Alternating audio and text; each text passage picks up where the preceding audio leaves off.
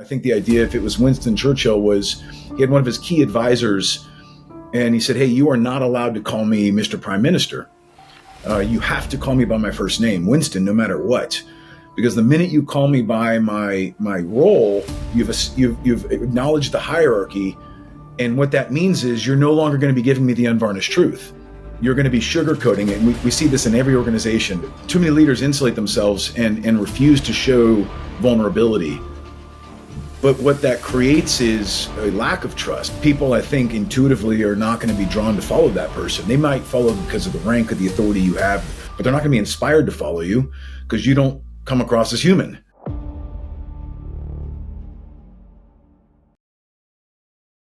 Today we're joined by Brad Geary. It's a pleasure to have you on, Brad. Welcome to the podcast. Yeah, Henry, thanks for having me. Happy to be here. So for those listening, would you mind just giving them an understanding of your background and your experience and why we're here today? Yeah, sure. So I'm a 28-year veteran of the United States Navy, still active duty, currently a captain. 24 of those years have been serving with Naval Special Warfare. That's the SEAL and SWCC teams here in the United States. And I think we're here because you and I struck up a conversation after listening to one of your other podcasts with one of my friends, Preston Klein, and you and I just got chatting about selection assessment training, human performance, the psychology involved in those businesses. And I think we found a lot of common ground and had some really good discussions that, I think other people might be able to benefit from. Yeah, 100%. I mean, Preston's someone that we both definitely see as a thought leader in a lot of the areas that we're going to delve into today. And I think both of us, I certainly am a bit of a fanboy, and I think from your perspective, it's not too dissimilar. So, absolutely. Yeah, the areas that I'd love to dig into, obviously around the real elements that the group you've worked with for so long and that you lead are known for, around trust, the challenges of leadership, how to identify high potential talent that isn't necessarily the finished product yet. So maybe if we kick it off with that first one, trust. You know, it's one of the defining characteristics within the SEAL team. What is the best example you've ever seen of how to build trust? Yeah, it's a great question. A story immediately comes to mind, and it's one of those moments that was really unassuming and unexpected. And so it was probably about 10 years ago, maybe closer to 12 or 14, but either way, I was sitting in a room with my boss. And he was particularly senior to me, 7 years. I'd say he's one of the best officers, best leaders that Naval Special Warfare has ever produced. His name's Jay Hennessy, and he actually works for the Cleveland Guardians now up in Ohio. Phenomenal leader. So I'm in the room watching him engage with one of his key leaders. And this was at our training command where we produce SEALs and SWCCs for the American people. And SWCCs are our special warfare combat crewmen. A lot of people don't know what that acronym is either way. So we're in the room and this young leader's asking Jay for advice and for kind of authorities and permission to go do some things. And as Jay's listening to him, he kind of finally interrupts and he said, hey, why are you asking me permission for that? You already have those authorities. I trust you. Now go do those things and come back and tell me how they go. Like I trust you as a leader to go execute my intent without having to come back and ask me for every little step of the process. And it was one of those moments where that guy stopped and it was just this pause in the meeting. And I'm just watching back and forth the interaction. He said, hey, sir, you have no idea what it feels like to be empowered and trusted like that, like you just did. And then Jay said something next that even took it to the next level. He said, just wait till you're in a position where you get to provide that trust and that empowerment. And it's just one of those moments as a young leader. It was my first role in kind of the executive leadership world. And it was one of those moments where I just knew something important had happened. And as I watched that interaction and watched how energized that young officer was after that engagement, and then watching what he did with his kind of maneuver element, his phase after that engagement, to see him lead with just aggressive focus and intentionality and come back with results that, no one could have micromanaged. It was only going to be produced by the trust and empowerment he had. It was very fun to watch. And it was one of those, again, as a young leader, right in that entry-level executive position, I kind of filed it away as, okay, there's something important here, this element of trust and empowerment. And so I used that through the years, and I kind of explored that trade space to figure out, how do you capitalize on that, like I saw, and then what are the pitfalls? And I think some of the things I learned over the years were, trust can't be reckless. It can't be blind trust. You can provide benefit of the doubt up front if someone comes in the door with credibility already. And in our community, you come in the door with your warfare insignia. It's an understanding that you're bringing credentials, you're bringing a history, and you're bringing that with you, that benefit of the doubt. We should automatically trust that person because they've earned it. However, like I said, it can't be reckless. Trust has to be balanced with what I call proportionate accountability. We have to trust but verify, to borrow Reagan's term, one of my favorites out there. Trust but verify. And as long as that trust is continually reinforced and fulfilled and earned, then we can just keep trusting even more and more and more. One of the really interesting things I learned as I got more senior in that executive leadership world was that trust is bilateral, though. So there's a lot of leaders out there, and I would offer weak leaders, that talk a lot about, you have to earn my trust and you have to sustain my trust from the bottom up. I have to trust you. They forget, though, that it works both ways, and it's just as important as a leader for those entrusted to your care to trust up. And what does that mean? Well, to trust you to lead effectively, to lead with empathy, to provide proportionate accountability, not disproportionate. There's tons of examples in the military and probably the private sector as well, of people knee-jerk reacting to bad news and then over punishing, costing someone a career over a small infraction instead of providing the opportunity to fall forward. So as leaders, I like to think that when we find ourselves in those positions, because people are going to fail, they're going to mess up, sometimes intentionally, sometimes maliciously. We're all human beings and we make mistakes all the time, bad judgment calls all the time.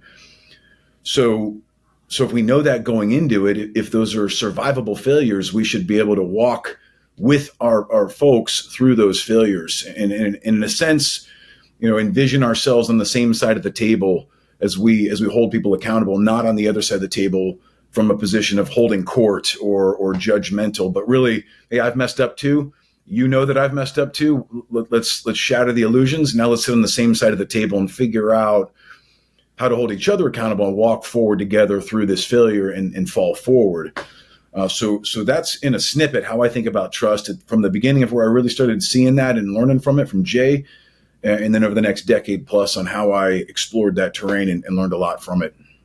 Yeah, there's so many things in there that we can, delve into. I think one of the things that I find fascinating is trust seems to be based off the data at an all-time low within the private sector and the business space. Brand trust is at an all-time low.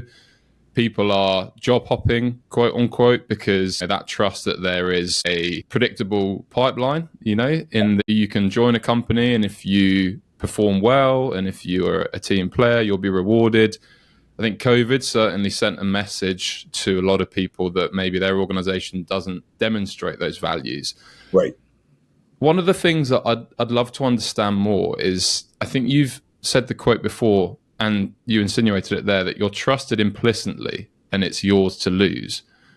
I'm guessing a big part of that, like you say, is because your selection process weeds out those who aren't trustworthy. But people listening might be in an environment, well, more than likely won't be an environment where their selection process is anywhere as rigorous as yours in regards to understanding the character and integrity and therefore the trustworthiness of that individual. What advice would you give to those who maybe want to lead with trust but feel like it might shoot them in the back if they do? Yeah, it's a great question. And while you were talking, I thought of something too. I need to make sure I qualify that being active duty still right now, anything I say in this conversation is my views only, doesn't represent Naval Special Warfare, the Navy, things that you and I both know, but I just have to make clear for all the listeners out there. Of course. So that's the challenge. And I'd offer, there's no easy answer to that. I guess the answer I would say is it depends on how fast you want to run as an organization and achieve results. micromanaging, I mean, we all hate micromanagers. I've never heard anyone say anything good about micromanagers. So the verdict's out. It's a terrible leadership model. However, I'd offer sometimes it's necessary if you're coming into an organization that requires that. So fair enough. But yes, I think what you were getting at, there's a lot of risk, especially as a leader, because there's this paradox of I want to control the organization because there's risk. And I guess the question is, what's your tolerance for risk as a leader? And if you have a high tolerance, knowing I'm going to trust these people implicitly, even if I don't necessarily know if they've earned it yet, there's risk that they will fail and come back, and that'll bite you as a leader, and you'll be held accountable now because we're responsible as leaders. So it's this really weird paradox, I think, in leadership where the tighter you hold on, the less effective you are as an organization. So the more you let go and trust, the more risk you're accepting, for sure. Because like we said, people are going to make mistakes, but the greater returns you'll receive, yet with those returns come that risk and the chance that you'll fail. So yeah, what's your risk tolerance? And are you leading from a place of values-based decisions? And are you communicating effectively with the people that you are trusting so they understand? That's a key part too. Understand where you're going as an organization. What kind of culture are we trying to sustain here? What are our left and right limits? And then make quick decisions as people either validate the trust you're placing them or not. We've got to make those quick decisions, because if there's a toxic leader in that equation, well, we've got to find out if that character's malleable, find out if they can adjust and grow out of that toxic nature, or if not, well, we have to cut that cancer out of the organization itself, because the data's out on toxic leaders and what that does to an organization as far as just morale, culture, and even attrition. I think I read an article that it talked about for every toxic leader that's allowed to stay in an organization, there's another 5 that you lose one way or another. Either they leave the organization or they emotionally check out and are no longer running with initiative. They're just doing their job, keeping their head down to try to stay off the radar.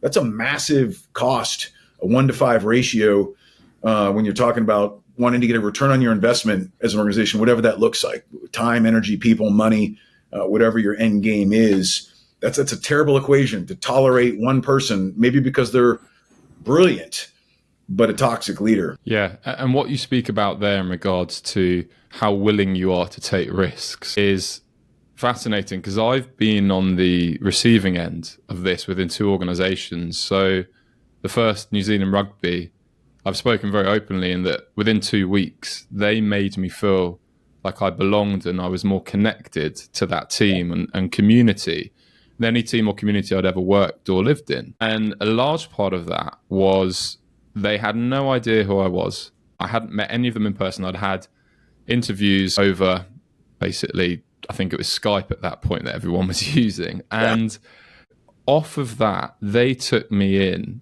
like I was family. And it was very much, I think, a case, and this is what I love about New Zealand culture, of if you're in quote unquote, in their terms, a good bugger, they take you in like family. Yeah. If not, you're the next bus out of there. But they led with trust implicitly. Mm-hmm. And that was really different to any organization or group I'd been involved with before, where, as you said, there was this undertone or insinuation of trust must be earned. And it totally transformed how I felt, how I performed, the selfless behaviors that I would demonstrate as a result of that. And it happened again when I joined the UK equivalent of you guys over here, in that my boss at the time took me around the whole unit, basically, introduced me to everyone, let me come and eat at the sergeant's mess, where I wasn't in any way, shape or form qualified to. But he took me in and treated me in a way that meant he trusted me. I was representing him within that mess as much. He was just introducing me to people. So, yeah, I've felt the effects of it. And without a doubt, it can be uncomfortable. But to lead with trust, I personally think, is the only way to develop highly trusting teams, especially if you're trying to do that quickly, if you're hiring at a fast rate, if you're a growing company, let's say. Yeah. I think you hit on something in there that's really interesting and important, I think, is that, and many people have written about this, so it's not like a big secret, but this idea that we all want to belong to something. And a lot of us, most of us, I think, want a purpose, want to belong to something bigger than ourselves. Tons of books written about this stuff. But to your point, I think being welcomed into that group that you admire for whatever reason, whether it's an organization you love or sports team, a military community, getting invited into that and feel welcomed is such a catalyzer to success. Because like you said, all of a sudden you're a part of that crew, whether you've earned it yet or not, it's provided to you and it's yours to lose. What I found is people crave that, and then they want to deliver. They want to meet the expectation. Like you said, I hadn't earned it yet, but then that drove you to want to earn it even more. And so it'll drive loyalty and a work ethic into people who may have been a little timid at first, trying not to, right? Like, I don't want to make the wrong move. I don't want to say the wrong thing and be on the outs. But if you're already on the in, then it'll drive the performance to meet the expectation in a way. And I've seen that time and time again with the most high performing teams, is welcoming people into that fold. Hey, you provide value to us. You provide a unique capability and attributes that we require as a team. And so then that person rises to the challenge almost every time because they want to fulfill what's already been given. No, without a doubt. And we've spoken there about the importance of understanding ultimately who it is that's joining and the impact that can have on your ability to be able to trust people. You know, if they've already gone through Hell Week, they've gone through Buds, or in the UK, if they've gone through selection, more often than not, you can trust them because they've already earned that trust in a way. One of the things that I'd love to discuss with you, because you're leading in this space within a group that you work with, companies rarely have the luxury of developing values and virtues in their people.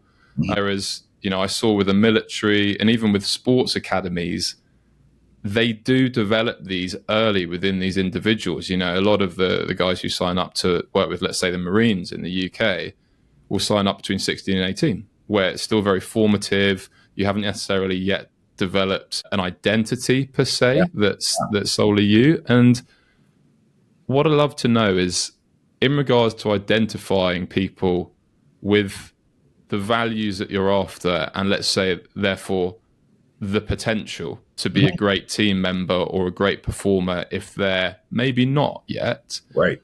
What do you look for? How do you identify this? That's a great question. The U.S. has spent a lot of money trying to break that down and understand what produces success as far as attributes inside of SEALs and SWCS or potential U.S. citizens as they come here. We're not an efficient program. We have a high attrition rate. That's pretty well known, but we're very effective at our end product, what we produce for the American people. And I'd have to back up to answer your question, and I'll come back to answering it, so bear with me. Back to Jay Hennessy, when I was running under his authorities, he tackled this problem and said, hey, we have some selection error baked in because we're not really good at articulating those attributes we're looking for. We kind of know it intuitively and intrinsically, but we can't articulate that. So we're probably missing things. So we brought in these organizational psychologists to start looking at physical performance versus character attributes on a graph. And we mapped this all out.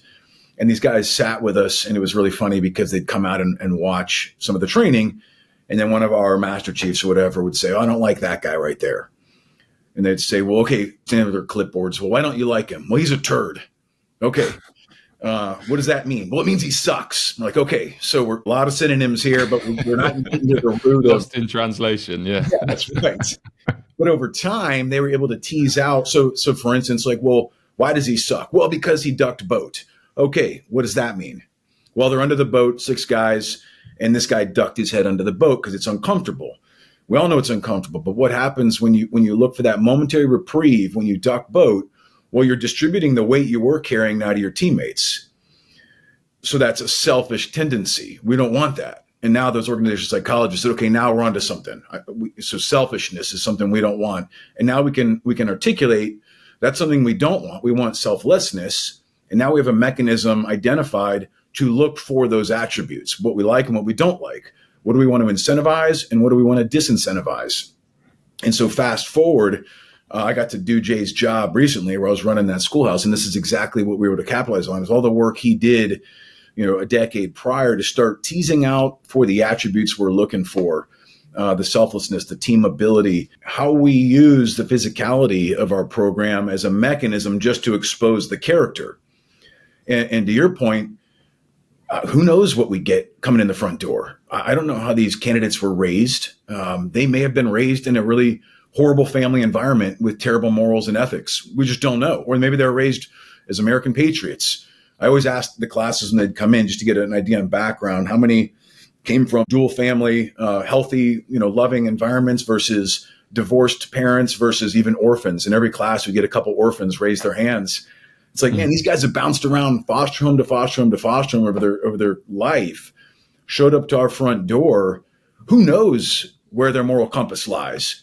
So the question is, we used to say, hey, your parents may have failed you to raise you by the ethical standards that are required to be a reliable teammate in our environment. And you may not know what attributes you even should prescribe to. We're going to talk to you about those. We're going to show you the playbook. We're going to be very crystal clear about this is what we need. We need values aligned within the U.S. Constitution, aligned within the Navy Corps' values, the SEAL and SWCC ethos and creed. Here's the playbook. If you follow this and you adhere to these attributes and you show us that your character's malleable, I don't care where you came from. I don't care what values you use to prescribe to. As long as you are malleable and you can adapt to ours, you can assimilate to what's important to us and show us trend lines that are consistent with what we're looking for, well, then you've met our standard and you're on the team. And so when they do that over this massively long program, I mean, the SEAL side is, I think, 63, 64 weeks now. It changes a little bit here and there. There's a good trend line of data for us to look at to say this person has shown us they're trustworthy, they're reliable, welcome to the team. And now you have that implicit trust coming in the front door as one of our teammates wearing that pin. Nice. Is there anything that you would say, if you had one day to assess someone, you would do to try and accelerate your ability to identify those traits in an individual? Yeah. Golly, one day, that's not a lot of time. I know, but it's the reality for a lot of companies, isn't it? And it is. Yeah, and I've read a lot about how the typical interview process has shown itself to be not reliable as an indicator for who this person is. So I guess the question then would be, knowing we all put on our veneer, right? Like when I was courting my wife, I showed up to her house wearing my collared shirt, yes, sir, to her dad. We put on this veneer of we want to hide all of our imperfections and show whoever we're courting, whatever business, we show up to an interview looking our best. We've done our rehearsals. We've gone through the process. So how do you strip away that veneer fast? I guess would be the question I would ask. If you only have a day to do it, there's psychological mechanisms you can utilize, I guess, to help strip away that veneer. We use physical discomfort in our program to do that. When people are cold, wet, tired, hungry, and in a bit of suffering, very quickly that veneer is shattered and you see the true person. Are they selfish? Are they selfless? Are they team building in those moments, or are they ostracizing? And do they start pointing the finger and getting angry and yelling at each other? Does it create divisiveness or inclusiveness? So how to do that in the private sector, in a day? Well, it's a really difficult piece. I'm not 100% sure, other than maybe create some sort of an environment where you're not sitting at a sterile desk asking preloaded questions, but walking out and about. And maybe they escort you and you engage in conversations throughout the day, and you see them as they start to lower their guard. And we all do it. When we're just out and about walking through the business, meeting people, you'll start to see their true nature come out a little bit. And I'd offer you could even fabricate scenarios where it exposes them to show a little bit more of themselves. I don't know how you could do that, but you could come up with some creative ways. We've looked at that as well in our training pipeline, and how you how you create a social environment where you're testing someone to see who they are. For instance, I've talked about this one in the past with other people, but there was one young officer who was going through a selection program internal to our organization. And there was this thought that he might be a yes person. Like he just agrees with every position out there to try to be a people pleaser. And we didn't want that. We wanted someone who would have a position. We want free thinkers who aren't afraid to say, I've done my research and I have a position on a controversial topic and I'll back that up with evidence. So they staged a scenario. The instructors staged a scenario. It was fascinating to watch. Well, I didn't watch it, but I heard about it. Fascinating to hear about. Where they had a controversial topic being discussed as he walked by, and they'd staged this. So then they call him over, and everyone's very emotional about it, very, very resolute on their position, and he agreed with everything they were saying. Well, then like a day or two later, they had another scenario staged where they were having the opposite opinion being discussed with just as much fervor, brought him over and asked his opinion on it, and he agreed with that other position. So they had him now on the record, a couple of days apart as agreeing with completely different sides of the equation. And they pulled him in and said, hey, you're not what we're looking for right now. We don't want someone to just go with the flow. We need people who have thought through these critical issues. We don't need you to agree with everything with everybody. That's never going to happen. So I use that as an example to say there's ways to do this. Within one day, very, very difficult. I would offer for most businesses out there, if you're hiring a critical leadership position, you shouldn't rest on one day as a selection part. That's problem number one. You're going to have baked in selection error in that process if you're relying on one day. I would create a multi-day venue, and the more critical the leadership position is, the longer that process should be. It's different if you're hiring an industrial line worker, right, who's doing a pretty important but reliable task without direct influence or leadership. That's different. You could do that rather quickly based off of skills and attributes there. But the higher up you're going in the more influential that person's going to be, the more time you should dedicate to creating these scenarios and having time with that person in different environments to see how they actually behave. And then you'll start to see the true person, at least get a better view of it before you decide to invest in that person long term. And then the other side of that is, man, there's an opportunity here to create a trial period, right? There's no rule that says when you hire someone, it has to be you're locked in here for good and you come up with all the privileges that come with that role. The best way to really see someone for who they are is put them in that role in a trial basis, maybe a 90-day something trial basis where you can now see them engaging with the company. Are they a good cultural fit? That's another important part to any organization. Some of those organizational psychologists I mentioned from a decade or plus ago used to say, and I don't know if they coined this, but it's a great phrase, culture eats strategy for breakfast every single day of the week.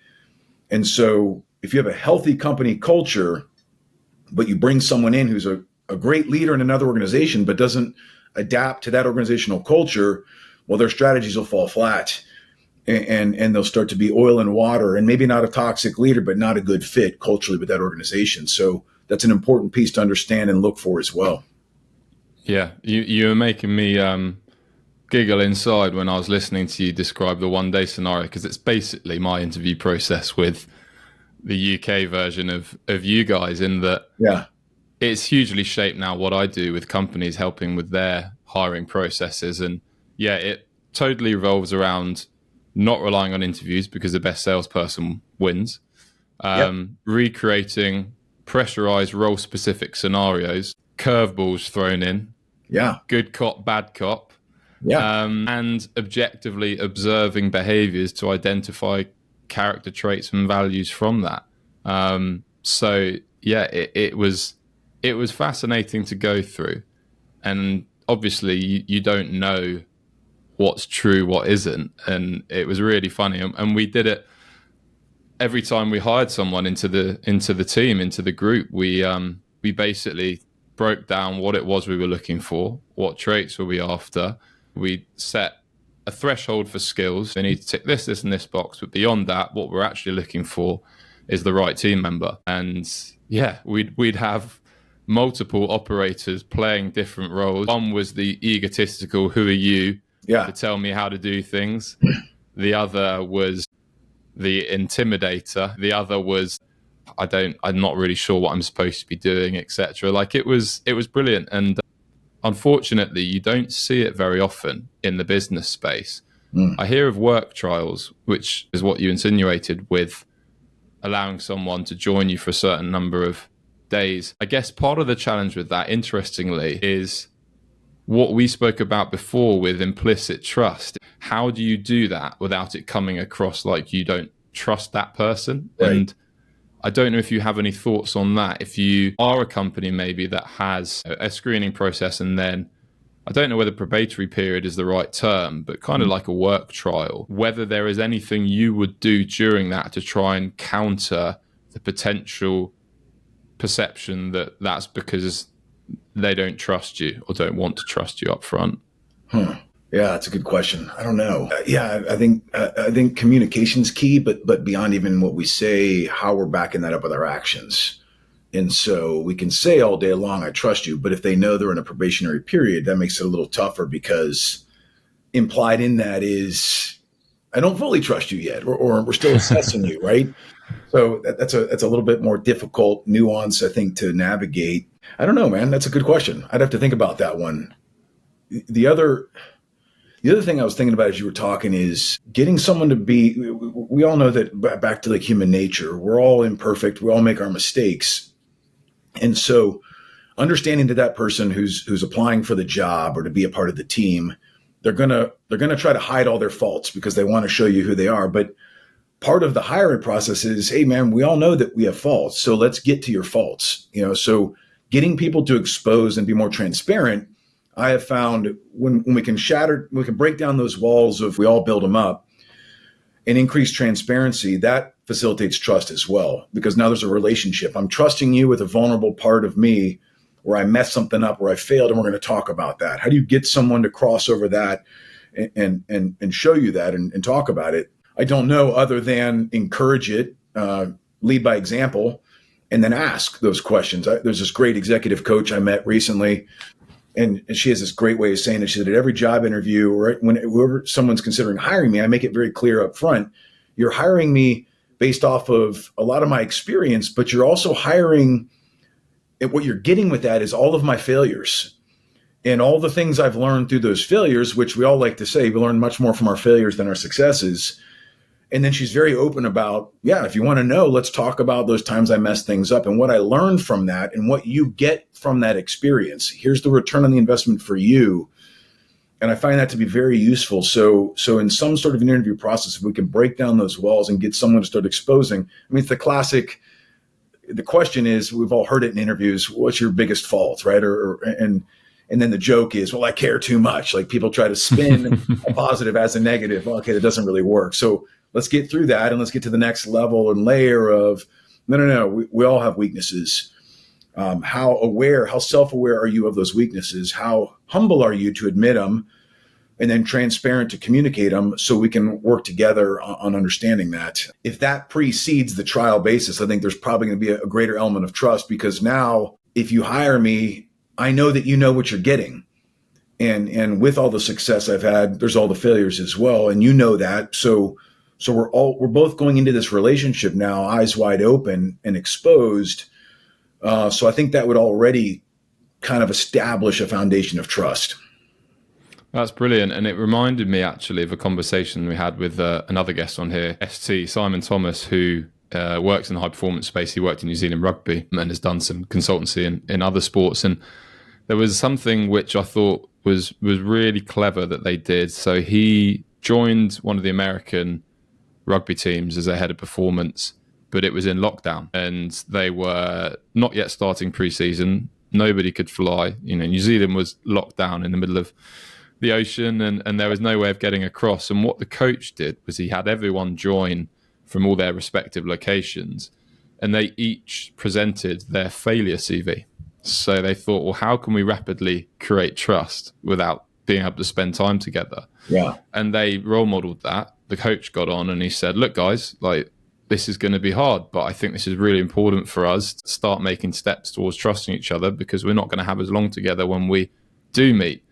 I would love for us to be able to talk about our failures, explain what we learned from that, and I'll start. And that was, I thought, just brilliant. And it exemplified exactly what you spoke about there in regards to having the humility and the self-awareness to do that. Demonstrates that you have humility and self-awareness in an interview, which is what you're after at the end of the day. Precisely. And so many leaders, in my experience watching them, the higher up they get, the more they insulate themselves from wanting anyone else to see those failures or those weaknesses. I think there's this fear that many of them have. And I mean, in any leadership job I've ever been given, most of the time I go into it very like, how did I get here? You know, like, I'm an imposter. There's no way I should be given this responsibility and this authority. Like, this is incredible. So I think that's, and everyone I've talked to feels very similarly. Very few people go into the role as like, I was made for this role and I'm ready right now. Like, no, there's a learning. We're all always learning and adapting and growing. So there's that trial period, but too many leaders insulate themselves and refuse to show vulnerability. But what that creates is a lack of trust. If the people, because we're all people, we're all of equal value. Like, there's no real hierarchy of humanity. There shouldn't be, at least. So if we're all people, we eat the same food, we all go to bed the same way, put on our pants the same way. But you create this fake veneer when you're at the top of, I'm not, I don't make mistakes, or I hide my mistakes from you. That creates a trust gap. People, I think, intuitively are not going to be drawn to follow that person. They might follow because of the rank of the authority you have, the positional authority you're sitting in right now, but they're not going to be inspired to follow you because you don't come across as human. You don't show me any of those faults. So I love what you said, that the coach started it off with, let's talk about where I've made mistakes, where I've failed, so how we can protect ourselves from that again. That is such a critical key component, because it sets most people back, I think, where they'll be surprised by that. Whoa, this is the leader who's already being vulnerable and talking about this stuff. Turns out he or she is a person too that makes mistakes just like me. Now all of a sudden there's going to be a little bit more trust. There's going to be, I can relate. So there's a relationship, I think, that starts to get established there. And an understanding that when I make mistakes, this person's not going to hoard that over me and come at me from a condescending, holier than thou judgmental position, but understand that, I know you've made mistakes too. So now let's work through that together again. I think this is what leadership is, not a hierarchical power grab, but a, how do we lead, coach, and mentor ourselves and this organization through whatever challenges and whatever goals we have moving forward. Yeah, and I saw some fascinating research recently which basically broke down trustworthiness into an equation, which was, trustworthiness is credibility, reliability, and intimacy divided by self-interest. And it was really interesting because when I first started out in a leadership role, I was really young. I've said I've thrown at the deep end, age 24. I thought that it was all about credibility and reliability. So I was working on trying to become more competent and working on my emotional control, because, your brain isn't formed at 24. And even when it is formed, the ability to regulate your emotions is a skill that more often than not you have to continually practice and work on, obviously. And then after a while, I thought, well, actually, no, it's about servant leadership, and looked to try and develop a lot more empathy and to always ask myself, was the decision I was making for the best of myself or the group? But then actually, it was really interesting because it evolved beyond that, and I realized I could do those things, but until people knew me and felt like they were getting the authentic version, it didn't necessarily all match up. And what this research found was, out of the top 3 leadership styles, every single one of those 3 had intimacy as one of the 2 traits that was most lent on. And they found, when they did the analysis, that actually intimacy was the most highly correlated with trustworthiness. And I just thought that was fascinating, because you always hear of needing to be selfless, servant leadership, and needing to be reliable so your people know how basically they can interact with you, etc. Actually, just knowing someone on a human level is the most powerful out of all of those. Was really interesting. And I know you've mentioned it before about one of the big attractions of joining the SEALs was that you saw the Navy and the hierarchical structure of it, and then you saw the SEALs and that kind of flatter, decentralized leadership style that there is there, which I guess really helps to maintain a level of intimacy there. And then you brought to my attention a really interesting article recently, which basically summed up the hubris syndrome, and it was power causes brain damage. Would you mind elaborating on that and explaining to our listeners what that is and why it happens? Favorite topics. One of my favorite topics. When I did my first commanding officer job back in 2017 to 19, I was commanding one of our undersea teams that partners with the submarine force. But one of my key leaders in that job sent this article out to our whole officer wardroom. And as you referenced, it's Power Causes Brain Damage. The Atlantic published it. It must have been probably 8 or 10 years ago now. One of the most impactful articles I've ever read as far as leadership. And like you said, the idea is that they've studied this psychologically. And the whole idea behind the hubris syndrome is that the longer we have people in positions of power and authority, the more hubris is developed. And so the idea is that it causes brain damage because it creates cognitive dissonance and this idea that they become more detached from reality the longer you're in these positions. In a sense, you start drinking your own Kool-Aid, to borrow a classic cliche. And we see that in these, and we've all been in organizations where people are looking up that hierarchy and saying, how the heck did that person get to where they are? They have no idea. They're completely detached from reality on where this organization is and what are the problems. And they're just kind of running in their own direction. And the idea the article presents, which I love, is that just happens naturally. We've observed it. The verdict's out. It doesn't matter how good of a person you are or effective you are at lower levels as you're climbing those leadership hierarchies. The longer you're in those positions, the more this is going to happen. And the only way to counter it is to put mechanisms in place that deliberately are intended to counter that hubris syndrome. And so some of the examples are, I forget right now whether it was Winston Churchill or Franklin Roosevelt. It was one of the two. Let's just go with Winston Churchill. If you reference the article and I was wrong, don't hold it against me. But it's one of those two. And I think the idea, if it was Winston Churchill, was he had one of his key advisors, and he said, "Hey, you are not allowed to call me Mr. Prime Minister. You have to call me by my first name, Winston, no matter what. Because the minute you call me by my role, you've acknowledged the hierarchy, and what that means is you're no longer going to be giving me the unvarnished truth. You're going to be sugarcoating it." And we see this in every organization.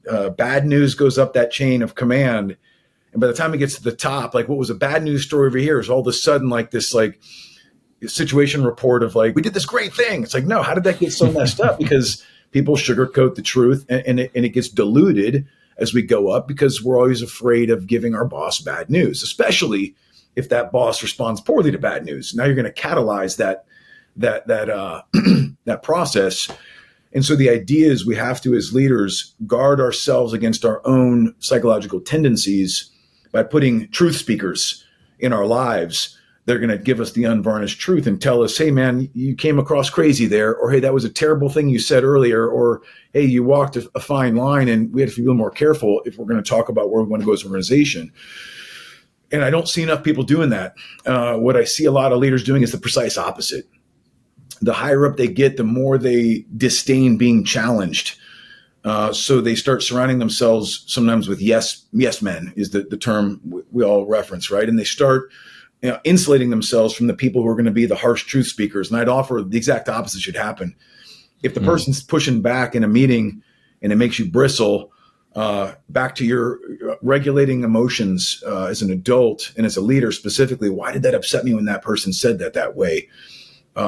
Let's break that down. Let's have some mindfulness, and then maybe realize that maybe that upset me because it challenged a position I have, but maybe that position needs to be challenged. So I should pull that person even closer. Not all the time, but if they're saying the right things for the right reasons, then we should bring in those truth speakers to us closer, and be humble enough to recognize that This doesn't mean I'm a bad leader, that I have this tendency. This is a natural byproduct of being in positions of power and influence for longer periods of time, which means we should be all the more deliberate the longer we're in leadership positions and counter that.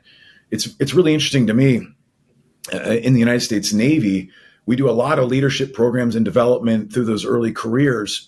And then you get to a position of command, and it all culminates into a couple leadership courses, week long, multiple weeks long sometimes, where we talk about all these things, we break down all these ideas. And then after that initial command tour, it all stops for the most part, which is precisely where, according to this article, we should double down on that leadership development. But we just stop because it's assumed you've shown yourself to be a trustworthy leader. We're good. You're now a proven asset, off to the races, and we're just going to trust you. Well, back to trust but verify. And if we know human psychology shows us that that is precisely when our leaders are most vulnerable to this hubris syndrome, we should be doubling down right there and putting deliberate mechanisms in place. And if our leaders don't know this and they're not doing it intentionally on their own, and the Navy's not regulating it, or any organization's not regulating it, we're in trouble. And I think that's why we see there's tons of anecdotes out there. There's tons of failure stories of organizations about that senior leader who just loses his or her way, becomes untrustworthy, and no one can figure out how, because at those lower levels they showed themselves to be proven. What happened between here and here? Well, the article tells us what happened. It's no secret. It's no mystery. And no one put those mechanisms in place. When I read this article, it was so pivotal for me, and I'm so thankful that I read it so early in those command positions, excuse me, because I started doing precisely that. I was bringing in my key leaders. We closed the door at the end of the day. I said, hey, I got it. We're in the United States military. There's a hierarchy established. We have to call each other sir and rank and skipper and whatever. But at the end of the day, when we close the door and it's just us in this room, I need us to be on a first name basis. And I need us to be able to say, without holding anything back, here's where you messed up today. Here's where you came across like a jerk. Here's where I know what you were trying to get at because I know who you are, but here's how you were perceived, without fear of reprisal, without fear of damaging the relationship. In a sense, we have to create environments where we have brutal honesty. There's no consequences to that. And in fact, not only are there no consequences, that should be integral to our relationship. And I shouldn't feel threatened by that. And if I do as a leader, well, maybe I'm not the leader for this position. I think you and I talked about Simon Sinek a bit, and I love some of his work where he talks about the idea that leadership is not a position to be attained, it's a service to be given. And so if you have people who crave to be leaders, well, why are you craving to be a leader? Are you craving it for the position you'll get, for the money, for the accolades, for the parking spot? Or are you craving that leadership because you genuinely have a desire to serve humanity and to serve this organization, because there's a unity of effort for whatever organization you're joining? There's a common goal that everyone's excited about, and we're trying to get there together. What are your real motivating factors as a potential leader here? If we can cut back to the veneer and get to the root of what this person is craving as far as a leader, well, that might help us select and assess the better leaders as well. Yeah, 100%. Do you have any stories where you took action on that to make sure that you were getting people to actually give you the honest truth, and not just necessarily those one down from you, but far and wide, so to speak? Yeah, absolutely. Right before that same kind of time period I was just talking about, this, I think it was a 2 or 3 star Army general, was given just a professional development video teleconference one day, and I jumped on it just to hear what he had to say, what words of wisdom. And he gave some of the greatest advice I've ever heard to this point. He said some of the best insights he ever got, understanding that the higher up he got, the more diluted information was getting to him. He said some of the best insights he ever got as a leader was on Friday afternoons. And what he would do is grab like a 6-pack of beer, and I'm not like endorsing drinking necessarily, but there's value here. And so he would take this 6-pack of beer and he'd go to one of his key leaders or groups of key leaders on a rotational basis and sit down with them at the end of the day and have a beer together. I think it's this idea of not necessarily just the beer, but of breaking bread together, of again, crossing the threshold and having a relationship with someone that you can only have when you share those moments together. What I found was the beer is very effective there as well, because not only are you breaking bread together symbolically, but when you do that, turns out that can reduce those barriers and those walls that we were talking about, right? That people say that alcohol inhibits judgment. Shocking. But what I found was when I'd go around and I would schedule these deliberate meetings with some of my key maneuver elements, whatever group of teammates that included that all worked for me, I'd come in and we'd sit down with a case of beer on a Friday afternoon, scheduled, nothing else the rest of the day. So everything's shut down, no more training, all secure items are clean. We're fully accountable for everything. And I'd say, hey, listen, I'm just here to hang out. As your commanding officer, I have no agenda. I'm not here to push a narrative on you. I'm not here to convince you of anything. I'm just here to hang out because I don't get to hang out with my teammates like I used to. So this is a win for me either way if we do nothing but have some good conversation. That said, if any of you wants to bring up any issues or challenge me on any decisions I've recently made or ask questions that you think are controversial or hard, free game. You're not going to upset me. I got thick skin up here. By the way, if I've made a decision in the past, but I can't defend it when challenged, then I probably didn't make the right decision. So feel free to challenge anything I've decided in the past or I'm thinking about in the future. And the pattern I saw there was really fun because at first no one would bring anything controversial up. It was just all surface talk and politeness and all the stuff. But about one beer into it, I'd always I'd be watching the body language. I'd always see one guy start to get a little, see him starting to get a little irritated in his body language. And finally he'd break that threshold. He'd lean over the table. Hey, sir, I got a question for you. And I always knew, all right, here we go. This is going to be the good one. And I'd always watch because not only would he do that, everyone else in the room would stop and watch him and then watch me. And everyone probably knew that guy and they probably knew what his frustration was and what he was about to ask. But then they wanted to see, how am I going to respond? This comes back to that trust piece. Everyone wants to know, how's the boss going to respond to this challenging, possibly controversial question that might challenge his authority or previous decision? That was the critical moment. That's what it all came down to. And it was always super fun for me because I could see this happening and I was prepared for it because what I had read and seen in our nature. And so we'd always get very rich discussion after that. I never responded poorly to the question, always answered it. Hey, great question. Let's talk about that. Let's break it down. Sometimes, and I think this comes back to humility too, sometimes they would convince me of their position. Yeah, you're right. Maybe I didn't think through a previous decision I had made. I didn't consider your perspective, which I find to be very interesting and valid. Let me rethink this whole thing. And a lot of times that alone, being willing to acknowledge that maybe I made a misinformed decision in the past, builds trust because people now know, oh, this person's approachable. They're open to ideas and they're open to the idea that maybe they didn't make the best decisions in the past. That said, sometimes decisions need to be made. And oftentimes just giving people a voice and a stake in those decisions, I find to be incredibly beneficial in building that trust and loyalty. A couple times, some of my most trustworthy leaders would be yelling at me across the table in total disagreement. And in the end, when we considered all the facets, I still had to make a decision. And without fail, every one of those times, those leaders would look at me and say, hey, I may have disagreed with you in the debate portion of this, but you can absolutely trust me to execute this decision reliably, without a doubt, every single day of the week. Thanks for giving me a voice and a stake in that decision.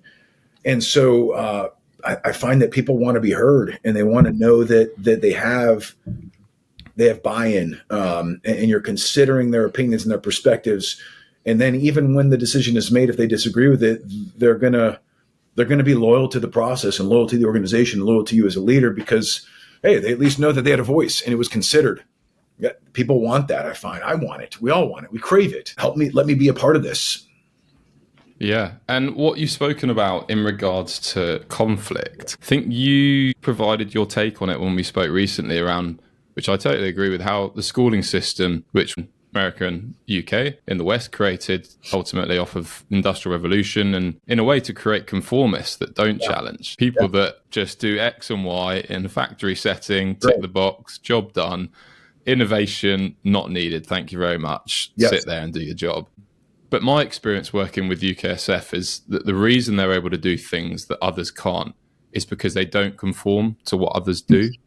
And they are by definition rule breakers in a way, in that they were founded upon these guys who could go and do things that others didn't think they could. I'll probably butcher it, but the origin story of the group that I worked with was there was a Navy admiral or commander who was approached by someone more junior, and they said, look, I think we should go up the river in, they're called kleppers, foldable kayaks that you can put on your back and walk across land with, and surprise them in that way. And he said, no way, can't be done. Again, this is a very paraphrased version, but that night, that individual got in his klepper, approached the boat from the water, climbed up the side of the boat, got past however many guards, and etched his initials into the door of where that commander was sleeping. Yeah. And that next morning, he turned up, and the commander said, you can have whatever you need. And that, I think, perfectly sums up the group, in that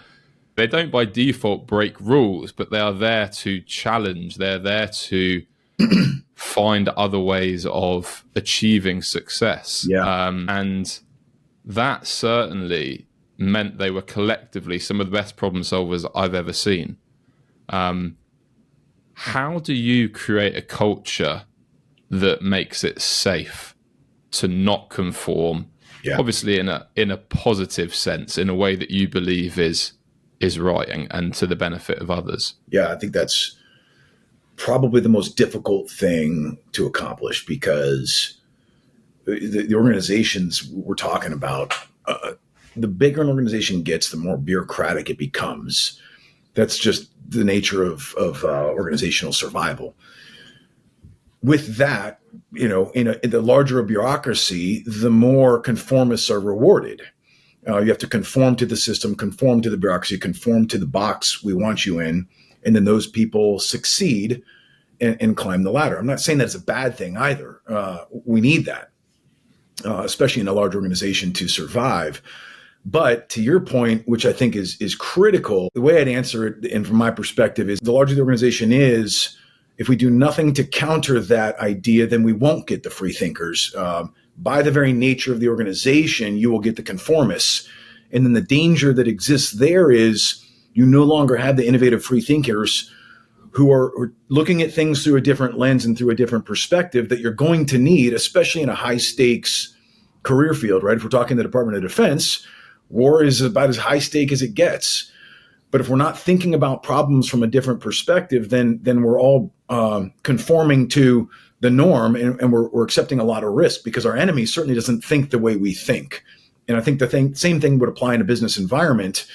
We all have competitors in a capitalistic society. So if we're all becoming yes people and we're just conforming to the organizational model, then we're going to miss, and that's risk, that's blind risk. Secretary Mattis, previously General Mattis, writes about this, and he calls them the mavericks, the free thinkers. And it's really interesting that he took this position in his writing. It's in numerous books and articles and speeches he's given. It's one of my favorite parts about him. In one side of the coin, you've got this Marine who succeeded to the highest levels possible as a Marine. And in the United States of America, Marines are very well known for good order and discipline, right? The uniform standards. My old college roommate is a Marine, just retired as a Marine. I mean, starched camis, sleeves rolled and ironed perfectly, hair high and tight, like the model of just good order and discipline manifested through their physical appearance. And yet this man who succeeded to the highest level as a Marine general will talk about, as a leader, you have to be deliberate. We have to be deliberate in finding the mavericks. And he describes them as the soldier with the crumpled uniform and the hair a little bit too long, who doesn't quite fit into the norm of what we expect. And you'd think a Marine would be very anti that guy or girl, right? And like, you just don't fit. We need to punish you, and we need to, restrict you and put you in, and make you conform to what we need. Yet Mattis talks about the exact opposite. He actually says we have to be deliberate in protecting those people, because they are the free thinkers. They are the mavericks, and they are the ones who are going to challenge the way we're thinking about this. And they're going to be the ones who keep us honest with ourselves. And they're going to be the ones that, when the enemy comes, are ready, because they've thought about the problems like our adversaries or enemies will. So I love his mindset there. And then I'd offer to your question, I think within an organization like Naval Special Warfare or the SAS or SBS or these soft like enterprise organizations who's really just an organization full of mavericks, how do you foster that culture when that organization of mavericks exists within a larger enterprise that values conformity? And this is the classic paradox, right, of conflict of cultures within the Department of Defense on special operations and conventional. We need both. Absolutely. You should never try to make an argument for no soft or no conventional. Like soft can't handle every problem out there, nor should we. But we need both of us, and we almost need that friction and that conflict to exist. But we have to be careful to foster both. Yet there's a limit too. We can't just be cowboys. We can't just be reckless. We can't just be the rule breakers. There are still limits and lines in what we should tolerate. But we should absolutely foster that culture of mavericks. We, in our communities, I like to say, we're not quite right in the head. We don't typically attract the normal of society that wants to come to work with us. We attract the people that are on the edge of society. That they get in trouble in their classes sometimes. In school, they're the instigator, the person who challenges the teacher, who raises their hand too much, asks too many questions, maybe. The person who's maybe been in jail. Shocking, right? Is that our people like to fight and get into fights, and they're not afraid of conflict or friction, and sometimes they run toward it. So, okay, let's foster that. Let's work with that. Let's understand the risk that comes with bringing a maverick in and attracting mavericks to our community. We got to be really careful because organization, there's a tendency to want to put us all back in that box. And I've seen this where one of our young teammates or sailors gets into trouble out in town. Surprising, they found themselves at a bar fight at some point. Okay, let's work with that. What's the context around the bar fight? I'm not saying we should endorse it and we should give a free pass, but back to proportionate accountability. If we know that's the type of individual that's going to come to our doorstep, all right, let's work with that. Let's mold that. Let's see if that character is malleable. Let's see if we can harness that and use it for good. One of my favorite speakers on this topic that we just got into was Dr. Jordan Peterson, who talks about virtue, and the idea that being harmless is not virtuous. In order to be the hero, you have to become the monster who chooses not to do monstrous things. And I love that idea. Those are his words. I'm paraphrasing him a bit, but I love that idea kind of translated into our culture. We have to be able to train capability, which is what we do very easily. I can teach people how to shoot, move, and communicate and be very lethal on the battlefield. But if all we're doing is teaching capability, we're building potential monsters. And knowing we attract people who aren't on the norms of society, that's a dangerous thing unless you teach restraint with that capability, unless we teach people how to choose not to be monsters. And that's where into our curriculum, we bake the attributes and conversations with mentors. We have to have ethical discussions and communicate the need to take that capability and buttress it with restraint. Someone who knows how to wield the sword, but chooses to keep it sheathed until the moment where it's just and it's noble and it's virtuous to draw it and then wield it with absolute lethality. You don't get that person by boxing them into, we talked about this conformist. You get that person by fostering free thought, yet free thought within limits. And you foster it by creating a team of equality where all of our opinions matter, all of our values are important, but we're unified under a common goal, a singular purpose to exist as an organization, to go and defend our nation and defend the cause for freedom in the teams for sure. And in any organization, diversity is great. We talk a lot these days about diversity being an important part. I agree. Diversity of thought and background is very, very important. But if you think about the best organizations are the most successful because there's a singular unifying purpose behind what they do. So diversity of thought, great, but we are all unified and we're moving out in one direction, and we've agreed via social contract, or we're going to all agree to work here for whatever reason, that this is where we're unifying under. This is our purpose, this is our mission statement. Let's go. I think I went down like 5 different rabbit holes on that idea there, but so I'll pause. We got a lot of value for the question. No, it's good. I think the quote is, a good person is not a harmless person. A good person is a dangerous person that has that under voluntary control. Yes. And it doesn't necessarily mean physically dangerous. It Right. means, I guess, someone that is hyper intelligent, let's say. And with that could be manipulative or sociopathic in how they behave, but they are choosing to pursue a higher ethical or moral ground. And yeah, it's really funny. I mean, speaking to the guys when I worked there, I think one of them at one point said at least half of us would be dead or prison if we hadn't found the military. And like, that's not at all to speak down on the dudes, but that is the reality, like you say. And I find it fascinating in that it's an organization that is founded on being quote unquote rule breakers or challenging status quo, yet they are so selfless and team orientated in how they do it. And it's kind of combining those two things. And like when you look at really innovative companies, a few years, I think Google's gone under a bit of heat recently. Let's say the original Apple leadership team, like they were absolutely taking chunks out of people. And I think people are under the interpretation that high-performing cultures are nice cultures. And I don't mean that they are nasty cultures, right? But actually, by nature, they have high levels of conflict. And the conflict, more often than not, is outcome or process-orientated rather than interpersonal. It's not, I hate Steve. Right. It's, I don't agree with our interpretation of that, or I don't agree that's actually what we should be shooting for.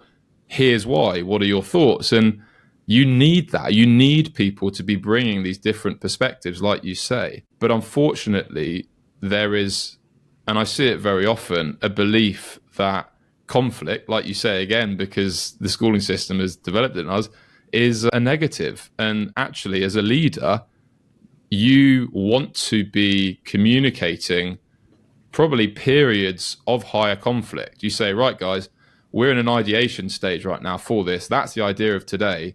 I don't want everyone agreeing. Like, I want everyone here to provide their opinion and to provide maybe one alternative perspective. Yeah. Versus, okay, guys, we've got 3 weeks to go until this is launching. The time for ideation is done. We've spoken about that. We all just now need to buy in whether you wholeheartedly believe in it or not, because we're here to achieve, X or Y. Right. And that, I think, is probably one of the most underrated qualities of a high-performing culture, is high levels of conflict. I agree. And both sides of that spectrum are equally toxic.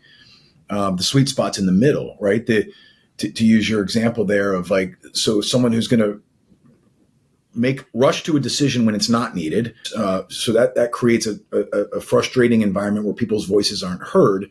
Yet the other side of the equation being someone who can't shepherd the conversation. And so you're in a constant state of deliberation and ideas where like there's indecisiveness there, right? Because I want to get to full consensus. Well, golly, there's no way you're going to get to full consensus ever on anything. We're always going to disagree. So creating that environment where you have that there's room for the ideas and the disagreement, and you're actually pursuing conflict in a very interesting way, in a productive way, but then shepherding it past that to get to the point where, hey, we're down to the wire now. Decisions got to be made. We have to move out. I think you're right. That's the key, and not erring too far on one side or the other, but really that sweet spot of shepherding that process as a leader to create that culture of buy-in, but then decisiveness as well, and action. There has to be an end state objective here. What's our goal? What are we trying to get to with this decision? What are we hoping to incentivize or disincentivize or create or produce through this? And is that in line with our organizational values and what we all are here to participate in with that? Again, that unity of effort. Yeah. And in regards to, you've given examples there, for example, taking the creative beer and going around, and, that in itself is a way of maybe inadvertently encouraging conflict, right? Absolutely. About decisions that have been made or goals that have been aspired to. How do you identify the type of diversity you want if you're recruiting, let's say? That's an interesting one. I don't know specifically because I've never done like a recruiting job. It's a very specific field within the Navy. But I know we try to target every walk of life, every region, rural to urban. I think in the end, though, aptitude and interest are important. Someone has to have the aptitude for the job that you're doing, and they have to have the interest too. You can't make them be interested. We can advertise, and that's an important part of what we should be doing. Let's be clear and concise and advertise what it is we are as an organization and why you might want to be a part of it. But let's be honest too and say that this might not be for everybody. There might be a bad fit here. So we have to be very careful while diverse thought and diverse backgrounds are good because it's going to bring different perspectives to the decision table. You can't force interest and you can't force diversity in the sense that we're going to make people come to us because that provides us diversity. But if they're not interested in it, then that's a failing model. Yeah. So I think the way you do it, and I think people oftentimes focus on the wrong part of diversity. They look for tangible examples of diversity, but it could be a lot of different things. It could be exactly what we've talked about here is creating a culture in which diverse thoughts are welcomed. We may both have the same skin color, come from the same state, come from the same background, but if we have very different perspectives on a topic, well, that's diversity of thought. That's important. So I think it's more about creating a culture where those thought processes are encouraged. Back to our example of walking around with a case of beer, where it's actually pursued. We want the controversial thoughts. We want the different perspectives. Let's challenge our presuppositions. Let's challenge our positions instead of all just agreeing to move out in a certain direction. Maybe we're thinking about it the wrong way. I give these classes to some of our younger leaders. I'm giving one this Friday, and I always talk about how, hey guys, for all the things that the last 24 years has given me as experience, it's also brings with it scar tissue. And I'd offer that my generation, having gone through the various conflicts in the Middle East, are very good at solving those problems. But that also, we have to acknowledge, creates training scars and scar tissue that might not be helpful in the next conflict to come, because we're going to be tempted to think about things from that lens. And so what we really need more than ever is this next generation to come in and start challenging us to think about things differently and to provide us a new perspective.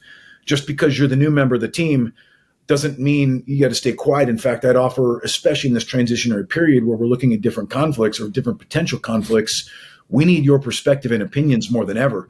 Don't rely upon the dinosaurs like me to solve those problems and to come up with a great big idea. I can almost guarantee most of my peers are not going to come up with the big ideas. We should be empowering those new thought processes and those new, the Gen Z workforce to no, I actually, not only do I want you to speak up, I'm going to deliberately come and I'm going to ask you what you think about this, because you're not indoctrinated back into the box, right?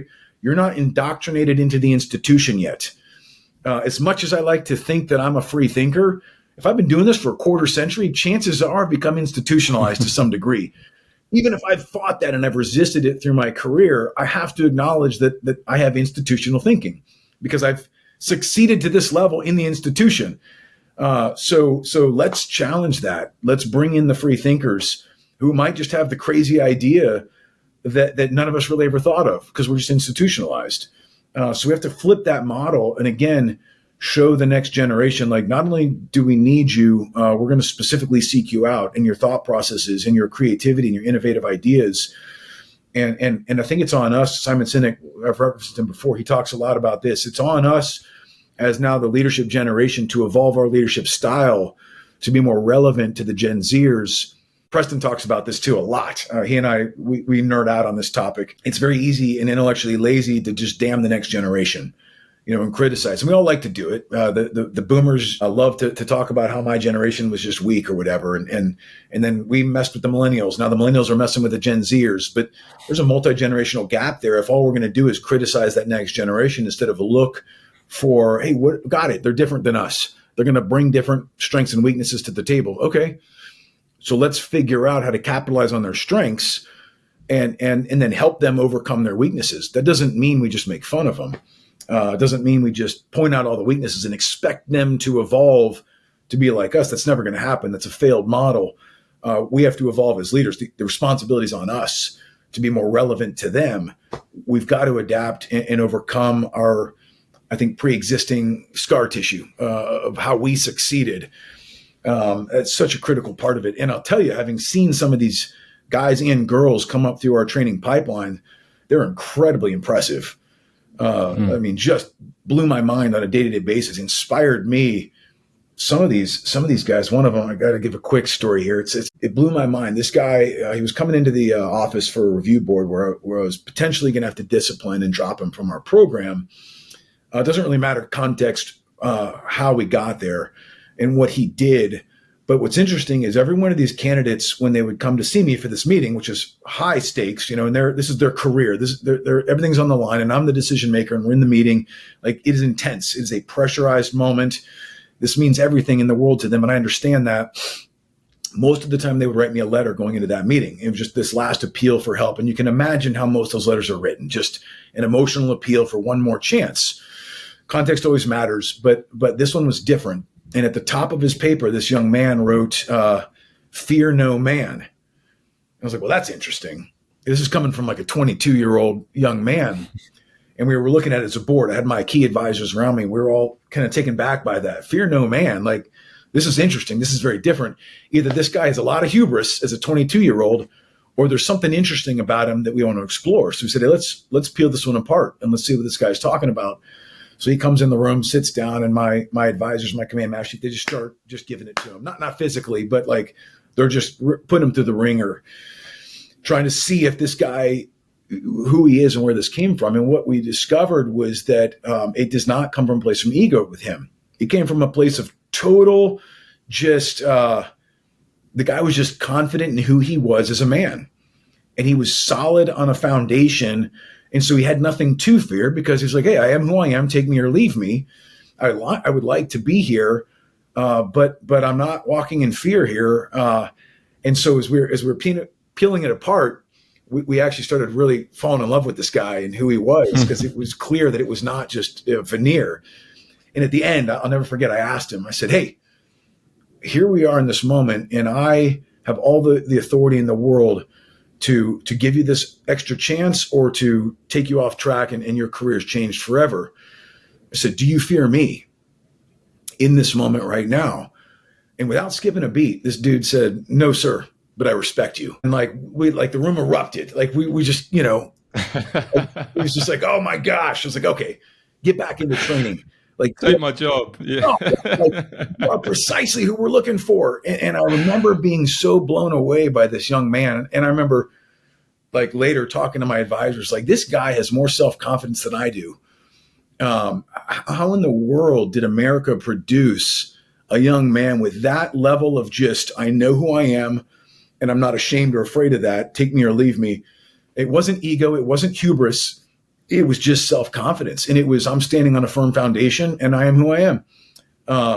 It was incredible. And that's one of probably 30 other stories I could keep talking about where this generation inspired me to in a sense, sharpen my steel, to be better at who I was and I am as a leader, and have the humility to recognize that it doesn't matter that I'm a 45-year-old captain of the United States Navy. This 22-year-old E2 just taught me something about life. And about resiliency and about resolve and about self-confidence that I got to get more of that. There's a lot we can learn from this next generation, and an organization that we should be pursuing that and evolving as leaders to be more relevant. We have to. Definitely. Really interesting that you use the word scar tissue, because a lot of fear in the workplace, I personally feel through conversations I've had and my experiences when I've noticed I've been afraid of certain things, is largely through learned experiences, right? It's through things not going right. Or seeing repercussions when others have behaved in ways. And what I'd love to know is, what advice do you give to people who feel that fear? Yeah. How do you overcome that? And do you have any examples of that? Yeah. How do you overcome that? Fear is natural. I think in the human nature, our human condition is we're afraid of suffering. And when we suffer, borrows the term, the scar tissue's developed. And so the next time we sense suffering coming, we're afraid of it. And we naturally try to avoid these things as humans. We look to buy a house, right? And if it's in a gated community, all the better. And if not, we're going to put up a fence, and we're going to get a dog and a security system and a Ring camera, and we're going to insulate ourselves from suffering. That's very natural, and it's a good thing. I think the best organizations recognize that suffering produces something in us as well. I used to talk about this all the time to all the candidates, and I'm a man of faith, but you don't necessarily have to be a man of faith or a person of faith to share this acknowledgement that suffering produces endurance produces character produces hope. This is cognitive resiliency. It's stress. We see this physically. We stress our muscles to get them bigger and stronger. We break them down to build them back up with the right nutrients and rest. The same thing happens cognitively. All these things build resiliency in us as humans and makes us better. So what we used to say is, we know suffering's coming. Don't be afraid of it. Counter that fear, and don't waste your suffering, but look at it as an opportunity.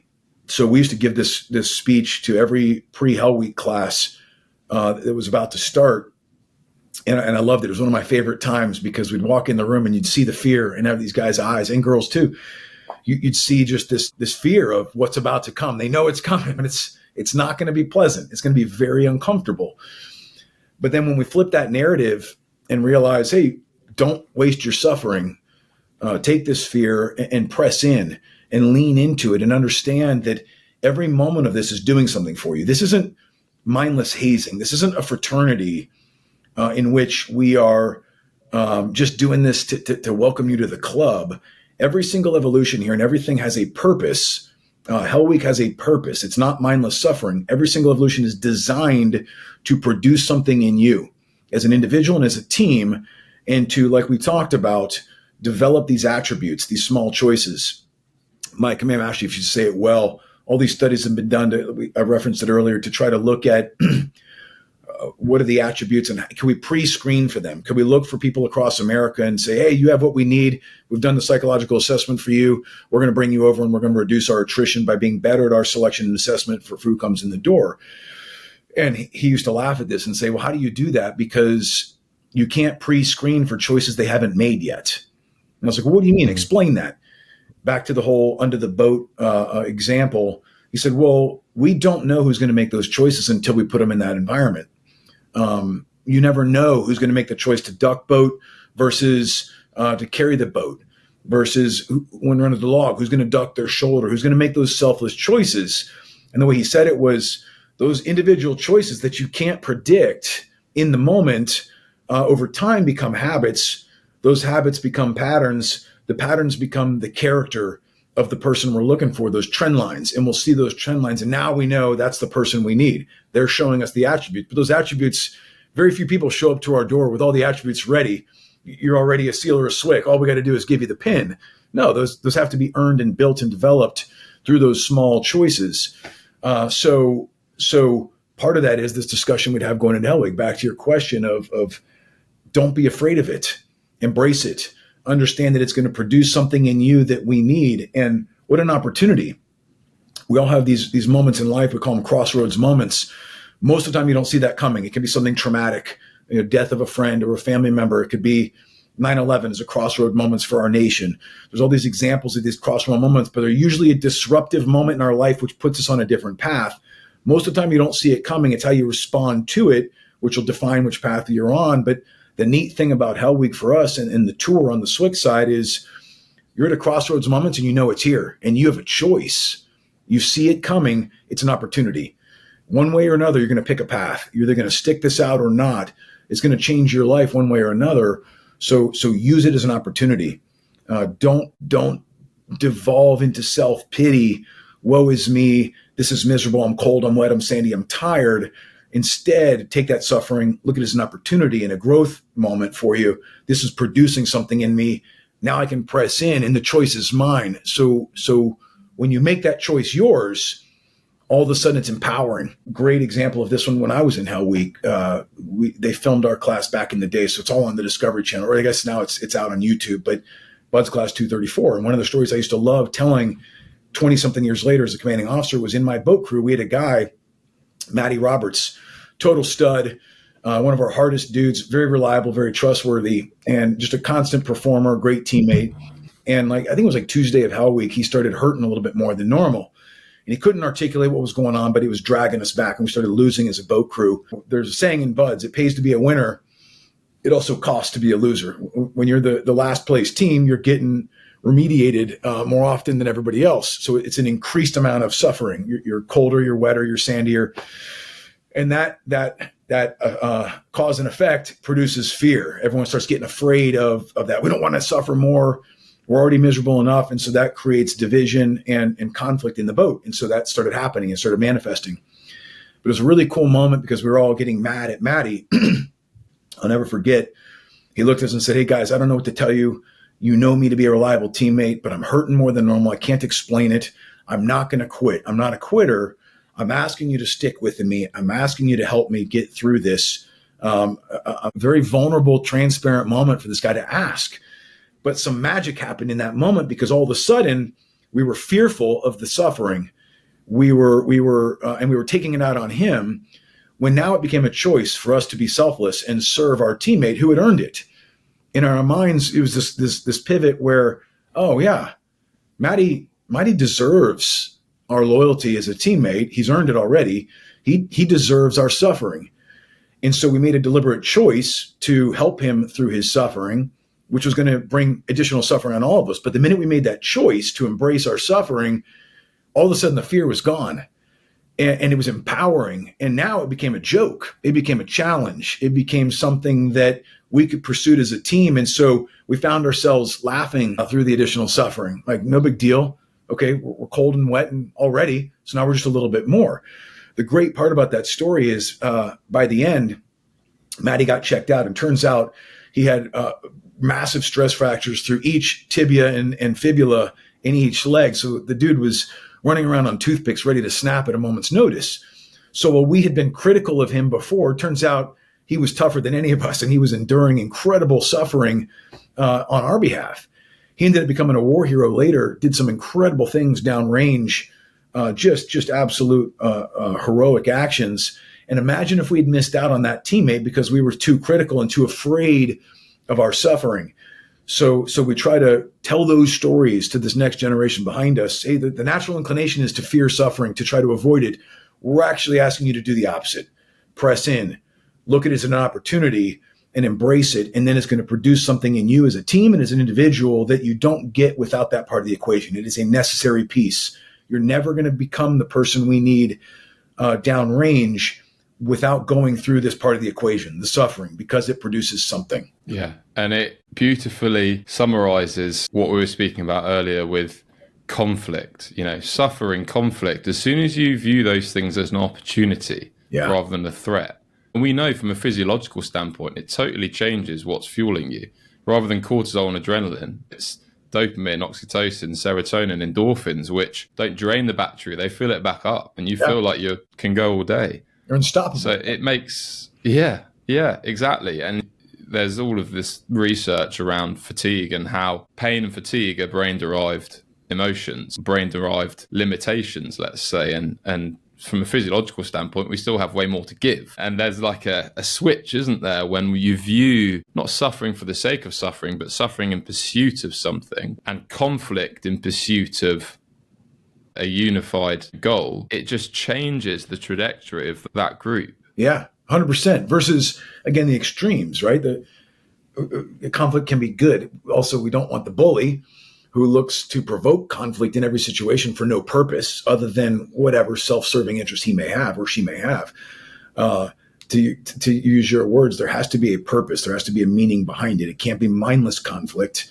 There has to be this end goal. We're pressing into conflict for a reason, for an end state, knowing it's going to produce something in us as an organization that we want to get to. I was thinking about that last topic that is suffering too. I think there's something interesting there too, this idea of the team. And, I've talked, everything we talk about, right, is all about high performing teams. And there's something about collective suffering that's important is I'm free thinking now. So these aren't like necessarily refined concepts, but it just got me thinking more as we were talking about that. It's very lonely to suffer isolation and demoralizing, and it's easy to start spiraling, I think, cognitively into depressive states. Yet the opposite is true when you suffer collectively.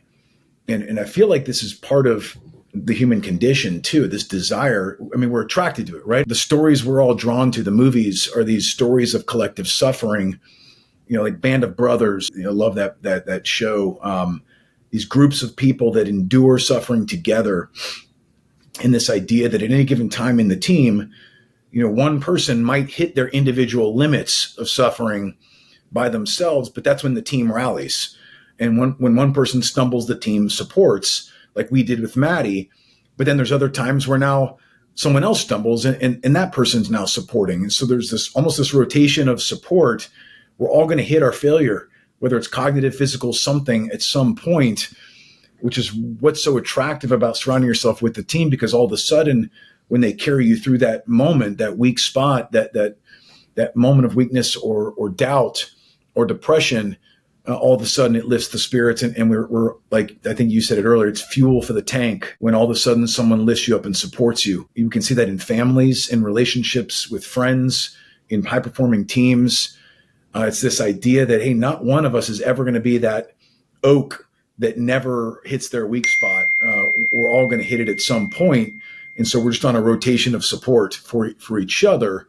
And then that's such an addicting culture when you can foster that in any small group, whether it's your family, again, neighbors, friends, or team with an organization.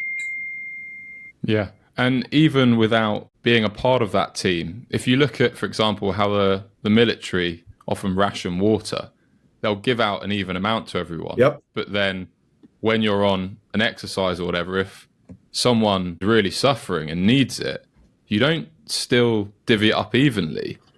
You provide that person with what they need to ensure the team can continue. Right. And you're always ensuring that nobody is having to go through this on their own. And ultimately, a team is only as strong as its weakest link, right? Precisely. And there's something so important there. Like it's so humbling to be the person that other people serve. And I've noticed, especially in our kind of industries, we don't like to be the person that asks for help. And a lot of times we'll resist that because we want to be self-reliant. And yet there's something important about in the relationship part, back to trust, back to the importance of the relationships in those organizations, of acknowledging that, hey, I need help. And if I'm too proud to ask for that, it's just as important for someone else to acknowledge you need help. And I'm going to step in and serve you, even if you're resistant initially, because I know that you need it. And not only do you need it as someone who's in that spot, but people, I think, need to provide that service as well. That there's something cognitive that happens there when we serve our fellow human in a way that's needed. So it's a relational thing. It's just as important for the person who needs the help as it is for the person who's giving the help, psychologically and relationally, to exercise that mechanism. When we make dinners for someone in need, who just got out of the hospital. So we just had our son have to go through a medical thing, and some of our friends and neighbors just didn't even ask. They just showed up with meals, pre-made, like, here you go, guys. We know you're just in a season of suffering. And it was like, I was afraid to ask for any of that. But when they delivered it, it was such an incredible, just, we're not going through this alone. We've got friends and support, and we've got people who just show up and serve. It's such an incredible, just catalyzing piece to relationship building and trust and all the things you and I are talking about. Yeah, and like it's well documented in the research, isn't it? One of the key determinants of resilience is social support. Absolutely. And whether you feel to be a part, and whether it's religion or if it is just literally the organization you're a part of or family, whatever that is, that sense of belonging and understanding that even if you're going through it alone, you don't have to suffer alone. And especially within leadership, it can be lonely. The higher up you go, the more, like you say, that you tend to internalize, because you base your identity off the person that others come to when they're suffering. That's right. And that whole shared hardship thing, I think, is completely right. And I hear some really interesting stories around how during World War II, when London was being bombed and everybody, whenever the sirens went off, had to go down deep into the ground, into the underground tunnels and sleep there, there was this element of odd happiness that a lot of people speak about, and after it, missed it and wished they could go back in an ironic way. And if I look at the closest relationships, and this is generalizing, but a lot of the closest relationships I have in life have become that through shared hardship or through going through an experience with that person. 100%. And so it's really, I guess, strength in a lot of ways to lean on sharing your vulnerabilities and your challenges with others, because it can only, and it comes back to that intimacy thing, right? As a leader, like, this is exactly what we're talking about. Yeah. It can only benefit both you and the team you're a part of from a performance standpoint. Absolutely. That's such an important part. I never heard that about the raids from World War II and how people missed that. It's such a weird, it's a hard thing to understand unless you conceptualize and have lived to some degree of what exactly you're talking about. That idea that shared suffering creates this intimacy and this relationship building that you don't get without it. Yeah. And I wonder whether it's because when we're suffering, our vulnerabilities are displayed. And so as a result, it's the same, I feel, with alcohol. We use that strategically within rugby. Mm-hmm. There is traditionally quite a drinking culture, but there was a purpose to that in a lot of instances, because we knew as soon as guys had a few drinks, they would let their guard down, reveal vulnerabilities, and off the back of that, that's right, become tighter as a result. And I wonder whether there's something around when you're suffering, you can't fake it. Like, you're gonna show where and when and why and how you're hurting. Absolutely. And that allows someone else to reciprocate that. And as a result, that intimacy and connection that you form often can't be matched if you're putting a guard up. Precisely. Yeah. Yeah. It makes total sense. And I mean, we can see that anecdotally through everything you and I've talked about. And I'm already in my mind, we're going through all those situations. Yeah, absolutely. Brad, we could go all day, I'm sure, but I'd love to finish, if you're happy, with a word association. So we do it with every guest. Okay. Basically, I have 10 words written down here. I say that word, and it's just the first thing that pops into your head. If you're happy to do that. I'm happy to do it. It makes me a little nervous. We'll see where this goes. Everybody's most nervous about this part, honestly. Yeah. It's absolutely fine. Yeah. So the first word is trust. First word that popped in my head was leadership. Nice. Failure. Necessary. Purpose. Everything. SEALs. Fun.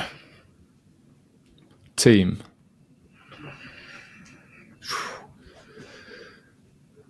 Selfless. Family. Life. Fun. Life as well. Love.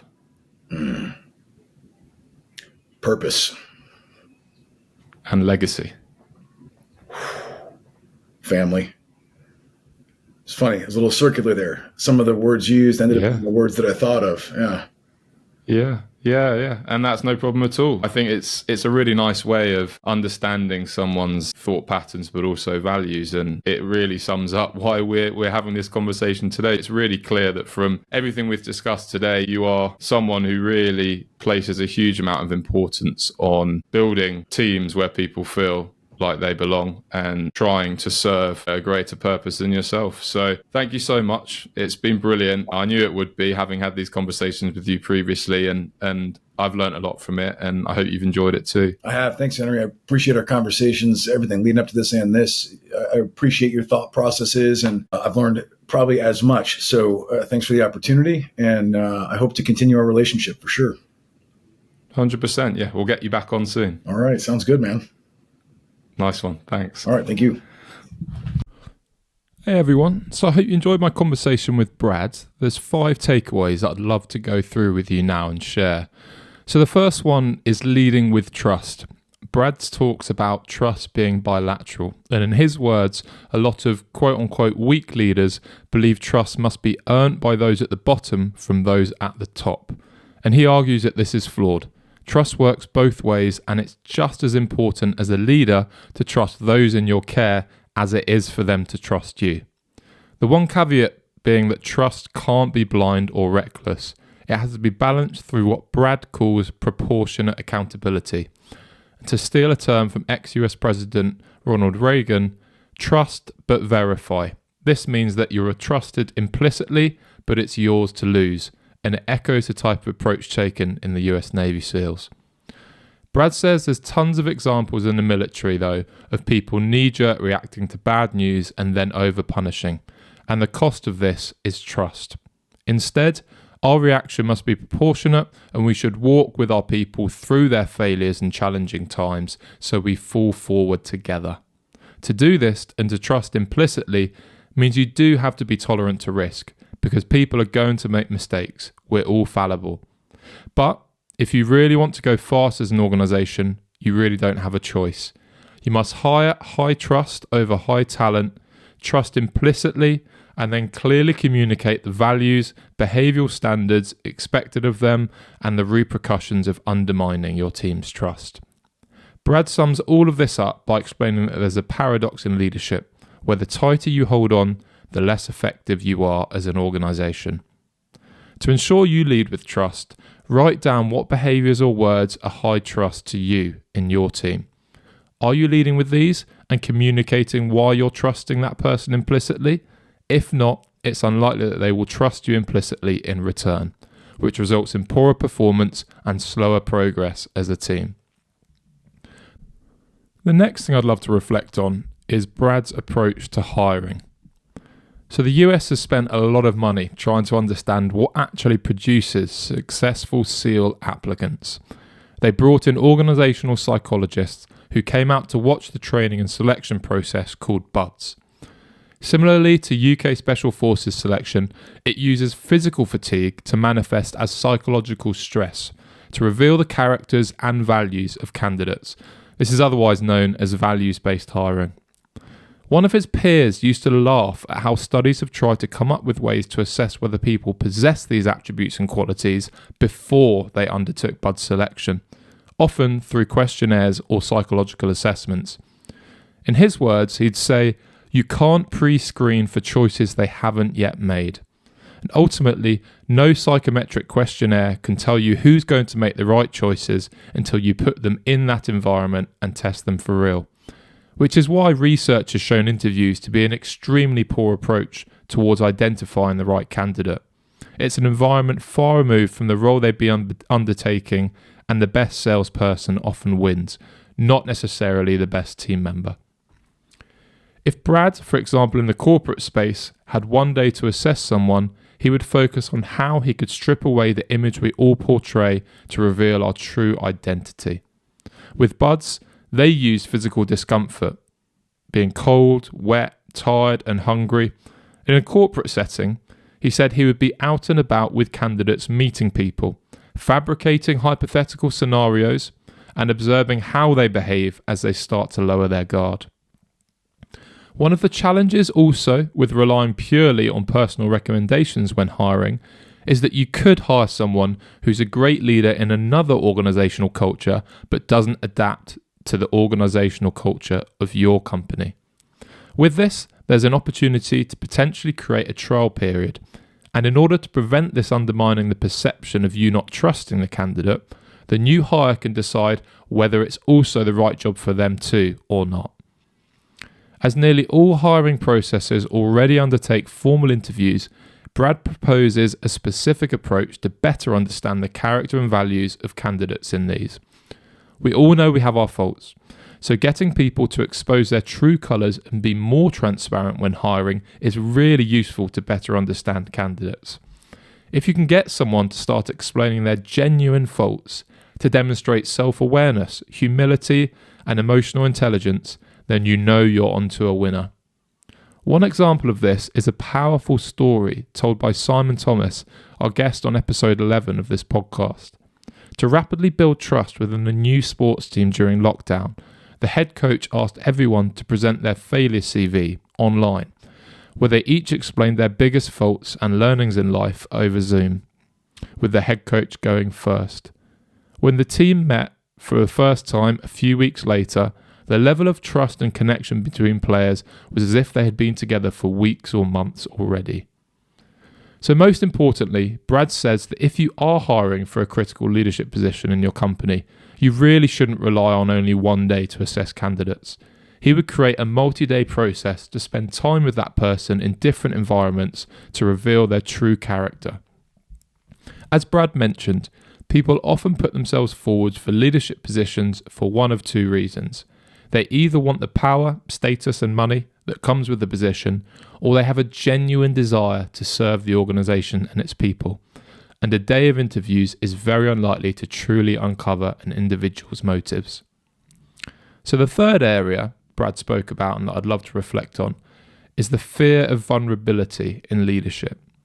And as Brad quite rightly said, very few people go into a leadership role totally prepared for it, but too many leaders insulate themselves and refuse to show vulnerability. I, for one, knew this was something I did when I first started out. Unfortunately, with research demonstrating intimacy between people to be the most important quality for trust, a lack of vulnerability results in a lack of trust. Brad speaks about how leaders often create a fake veneer when they're at the top, where they project this image that they're infallible, creating a trust gap because you just don't come across as human. Being vulnerable about your mistakes means people won't hide theirs or feel judged for it. As an exercise, reflect on whether you openly communicate your mistakes and learnings. Do you share your failure and learning CV with others? Can quite often be a great place to start. So the fourth area that I'd love to actually reflect on is the hubris syndrome. Now this explains how the longer people are in positions of power and authority, the more hubris is developed. So the idea is that it creates brain damage because of cognitive dissonance as they become increasingly detached from reality the longer you're in these positions. Now the thing is, this actually happens naturally. It doesn't matter how good of a person you are and how good your intentions are. It's inevitable. The only way to counter this is to put mechanisms in place that are intended to do so. Brad spoke about a request by Winston Churchill for his advisors to call him Winston, not Mr. Churchill or Prime Minister. This is an example of putting truth speakers in our lives who are going to keep us honest and making sure everybody feels like they're on a level playing field where they can express their authentic opinion. The issue is, he sees a lot of leaders doing the precise opposite. The higher up they get, the more disdained they are with those who challenge them. So they hire yes men. In the US Navy, they do a lot of leadership programs and development through the early stages of those leadership positions and career. But it actually starts to trickle off the closer you get to the top, which in Brad's words is where it should actually double down, as it's where leaders are most vulnerable to this hubris syndrome. I really don't think that corporate space is an exception to this. If you look at the leadership training that you get, often mid-management gets a good amount. By the time you get to the top, it's few and far between. So a story that Brad heard from a senior commander and adopted himself was that some of the best insights to counter this that he ever got as a leader happened in his environment on Friday afternoons.